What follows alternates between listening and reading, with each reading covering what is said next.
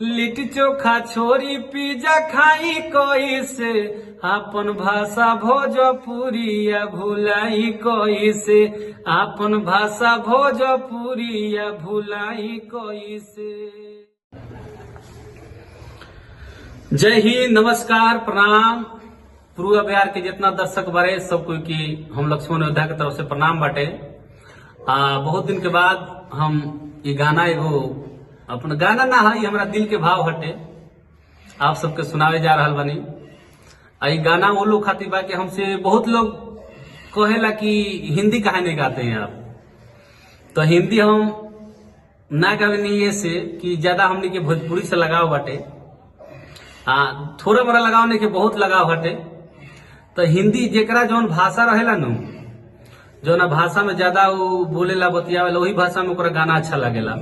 तो इसे भाषा तो कोनो मायने ना रखेला, लेकिन हिंदी वाला लोग के कुछ समझ में ना आवेला, तो उससे वो लोग कहेला, वो लोग कहल ठीक बा, लेकिन हम एक गाना के माध्यम से वो लोग तो आखिर समझी लो ना, लेकिन वो लोग समझ हम लोग कि हम वही लोग खातिर गावत आनी। जो पूछेला कि हिंदी काहे ना गावलो, तो ये गाना में रुआ समान सुन सकतानी कि काहे ना, गाना के माध्यम से आप सबके बतावतानी कि हम काहे ना हिंदी गावे नहीं। ये गाना ना हटे, ये हमारा दिल के भाव हटे। आप सबके अगर अच्छा लगे तो कमेंट करके बताए लोग कैसा लागल हो।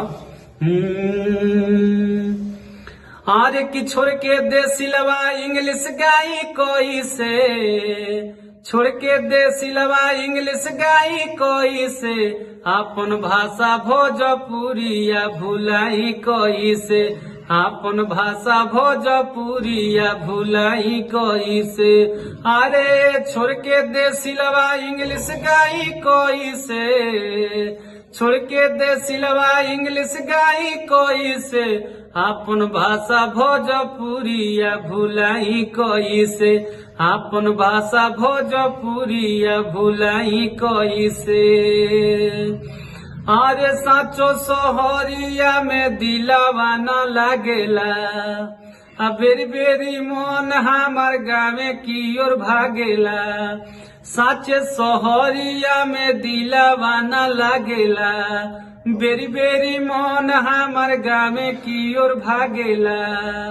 अरे लिट्टी चोखा छोरी बर्गर खाई कैसे, लिट्टी चोखा छोरी पिज्जा खाई कैसे, आपन भाषा भोजपुरिया भुलाई कैसे, आपन भाषा भोजपुरिया भुलाई कैसे।